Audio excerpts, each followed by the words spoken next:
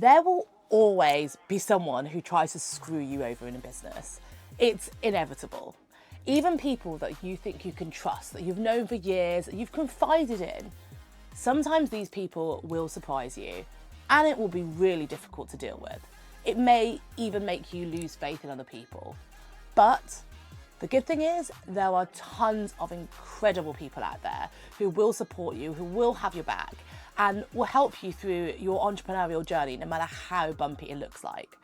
And this week, I have been really trying to sniff out the bullshit to find out which people fit in which camp. And it's not been easy. But stay tuned. I'm going to tell you what I've learned this week on this front, and also a few other lessons, plus my bullshit of the week.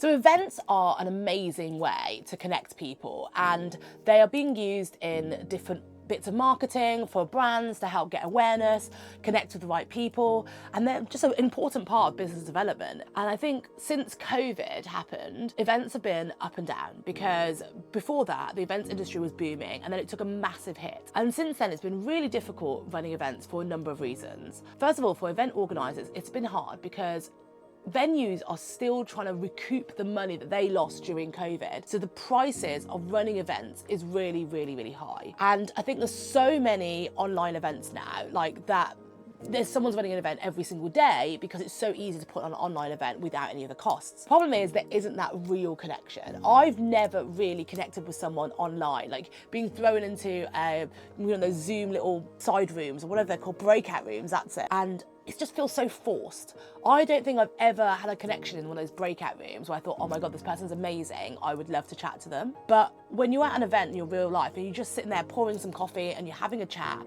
and it just vibes so much more. Like, I've met people at in-person events and we immediately swap details and we keep in touch and we're still friends. And it's just something different. And so for me, I've been so focused on in-person events. And even though it's harder, even though it's way more expensive and it's a longer term investment, I am dedicated to doing it. The problem is, so many people I speak to say, yes, they want in-person events. This is the resounding answer I'm hearing, all about that real in-person connection. And for all the reasons I just said and more, people want this in-person connection. The problem is, what I've noticed is that when I'm running events, very few people actually turn up, and the dropout rate has been ridiculous. I swear, like before COVID, when you're running events, it was like the classic 80-20 rule, but 80% of people would turn up, you get 20% dropout. Since COVID, it's almost reversed. Like, I'm not even exaggerating. It's almost an 80% dropout. And that's for free events. But even the paid events, I've been seeing a 50% dropout, and people who've paid for tickets and they just don't turn up. And when I speak to people, like, I get last minute texts and most people are like, oh, I'm swamped with work. Bear in mind, we're all founders, right? So people are putting work over an event. They are prioritizing something they think that's going to get immediate financial impact onto their business, because they don't see the event bringing them business if it's not like a lead generation event, for example, because they don't see the long-term potential of those connections. So people are doing immediate gain over the long-term strategy. And then they're saying that they're tired, they need to put their mental health first. And there's a lot of this energy because there is so much out there saying about putting your mental health first, that people are thinking that they just aren't resilient enough and they don't see the event as something important, and they would prioritize just resting over it. And I get it, it's a tough decision. And perhaps it's because it's the early time of the year, people are broke, people are cold, people are miserable, right? It's the most depressing time. So maybe this will change in the summer. But I think that what I'm realizing is that what people say and what people actually do are very different things. And I've seen this a lot even when I was hiring and I was trying to deal with staff, and I would be like, what do you need? What do you like? And would cater for that, and they'd still be unhappy. So I think that humans are very unpredictable in that way, and it's really difficult to be able to work with this. So what I'm now learning is that I'm going to attempt to try and create an events schedule for knobs that is all about, I guess, events that don't drain your energy. I think a lot of these events, and I've been to them and I feel the same, they seem to be like midweek booze fest, and they are energy draining because people go there and they're just so busy about networking, and it's just so much talking about that, and you have to talk about yourself and pitch your business, and that's a lot for you to, and it's so overwhelming, there's so many people. I'm now concentrating on the smaller, more intimate events because they have been really, really great, just meeting people, having a small little conversation. There's not that high energy thing, and then events which feel like social events because then it's like part of your social life, so you feel like you're getting 2 for 1 in that sort of thing. So for me, events has been a really interesting learning point this week. I've been speaking about it with so many people. I've had 3 events this week, it's probably what has been on my mind, and I've got a few more coming up, so I'm gonna constantly be learning because essentially Knobs is like an events business, right? We're running an event every single week, and so we need to be able to listen to our audience, and I think that's one of the most important things in business, is that you must listen to your audience and don't just do what you think is right. So this week I was betrayed by someone that I really trusted, and I feel like I've had a lot of bad luck in business, and some people might say it's not bad luck, I create it. Whatever you believe, whatever you want to frame it as. I've had a lot of bad people, bad energy around me, and maybe I bring it on myself, I do not know, but it's her. And this person is someone that I confided in about this, so they know. And I feel like maybe there's an element of they saw me as an easy mark. The quick version of it is that I had a really amazing idea that I really wanted to carry out, and I'd been working on it for a little while, and as a result of the fact that I feel like I've been doing a lot of things, I thought, let's bring in someone to help me. I recently ran a retreat and it was amazing. I partnered with a great friend of mine called Natalie. She runs a company called Elevate Retreats. If you haven't heard of them, go look them up. They're fantastic. And it was amazing because I teamed up with someone like her who I could trust, who was really professional, just, you know, she was diligent, she cared about quality, all the things that I liked, but we also have very different personalities, so I think it worked really, really well. And I picked someone else that I thought would be similar, that I thought that I could really trust, and we had similarities but differences, and I thought it'd be amazing to run this idea with her. And so I did. I went to her, she loved it, we had a couple of meetings, we, you know, vibed about it, we were really excited about this prospect. And yeah, like at some point, you know, we were talking about big things, like we were going to get TV deals, all this sort of stuff, and it was so exciting. And we came away from this meeting, I felt so buzzed. Like within a few hours, she did like a 180 on me, saying that she's a bit busy, she hasn't got the time at the moment, it doesn't fit in with her 2025 goals, so she's gonna have to bow out. And I found it very suspicious, and I told my colleague, and I was like, I'm not sure about this. But I was like, that's fine, let her do her thing. I you know, wanted to talk to her about it, but she didn't want to talk about that, and that was okay, you know, it's fine. Until just this week, she announced that she was doing my idea herself, and she'd just taken it and run with it, and like basically pretended it was her idea, and she's launching this big thing. And I'm like, wow, okay. And so I saw it and I thought, damn, I suspected this, but I didn't want to think about it. I thought, no, she wouldn't do this. I simply messaged her to say that I was upset and disappointed, but that was it. Didn't really say much, and I just got a bunch of gaslighting. I was really disappointed because I felt like this was a big betrayal. This was a huge betrayal of trust. You know, this is what happens in business, and I feel like this is what people I've never been a co-founder, and partly because of this, I hear so many scary co-founder stories, and they are terrifying. It's like you put in all this effort and blood, sweat and tears, and you've got someone who potentially could betray you. And people say, oh, you've got to find the right person, you've got to trust them, you've got to see all the signs. But some people have been friends for like 20 years and this still happens. I mean, look what happens in marriages, right? This is why people have prenups, because you might know them for ages, you might love them, you might trust them. That's why people have prenuptial agreements, to kind of make sure that there isn't going to be anything unscrupulous happening. And I always found that it's quite funny when people get offended by prenups, because they're saying that they're like, well, don't you trust me? And I'm like, well, if there wasn't anything to not trust, you would just sign it. Like, if someone asked me to sign a prenup, I wouldn't be offended, because I'd be like, okay, I guess that's just, you know, you want to protect your assets, that's what you need to do. I think that's fair. Like, if you're not going to screw someone over, you should do that. I also found the same thing as in business when I was getting people to sign contracts, like business contracts. We have terms of service. It was fairly lengthy. I'd send it to clients. Some of them would be going through it with a fine-tooth comb and be like, this doesn't sound right, this doesn't sound right, this doesn't sound right. I'm thinking, those people who are worried about certain things in the contract are likely the sort of people who are going going to try and abuse you. And so they will abuse the contract, and therefore that's why they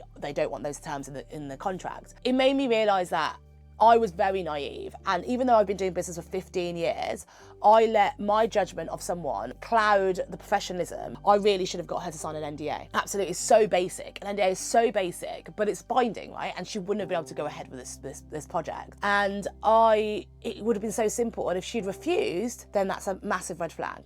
And you know what? Loads of red flags were there about her before, but I ignored them because I really liked her and I considered her to be a friend. I think we all do this in relationships.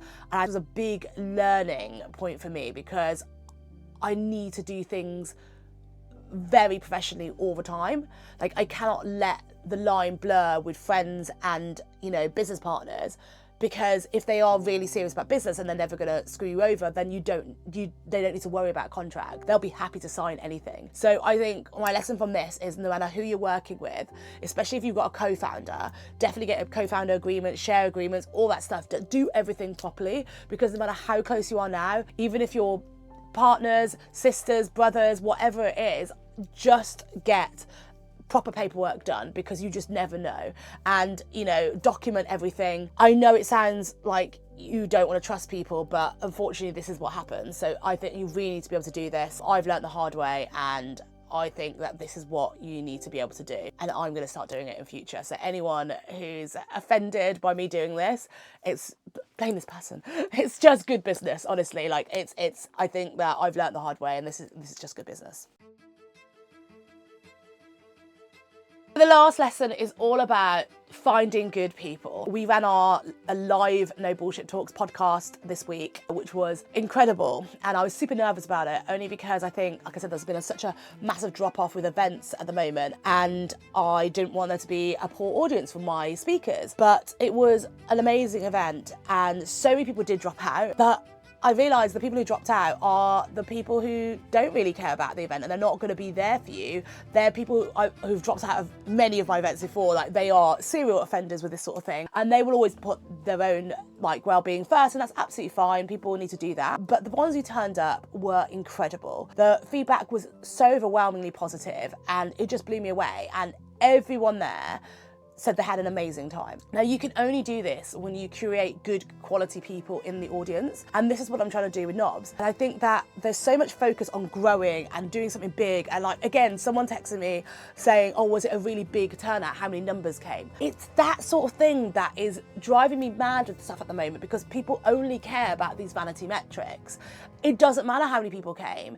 If 100 people came and they were all the wrong people, then it wouldn't be great. Whereas, like, if 20 people came and they were all the best people ever, it's so much a better vibe. And I found this with an event I ran recently. We did have over 100 people, and I got so many like nasty Nellies there. They complained about everything. They complained about the food. Bear in mind, we had breakfast, lunch and dinner at this event, and they paid like £70 all day for a big conference, loads of speakers, goodie bags, everything, food, drink, including alcohol, all included. And they just moaned. And I think this is the thing, like, I just don't want that sort of vibe. So for me, I think it's all about going down in terms of quality and really focusing on who those good people are, because good people usually run in circles with other good people. And for now, I'm no longer concentrating on big events. I'm thinking small events, really find great people, and this is how you bring that vibe. And every time I come away from those things, I feel amazing, and everyone else around me tells me how amazing they feel, and that's the energy I want to bring. So for anyone else who's building something at the moment, really focus on the quality. Find out who your ideal person is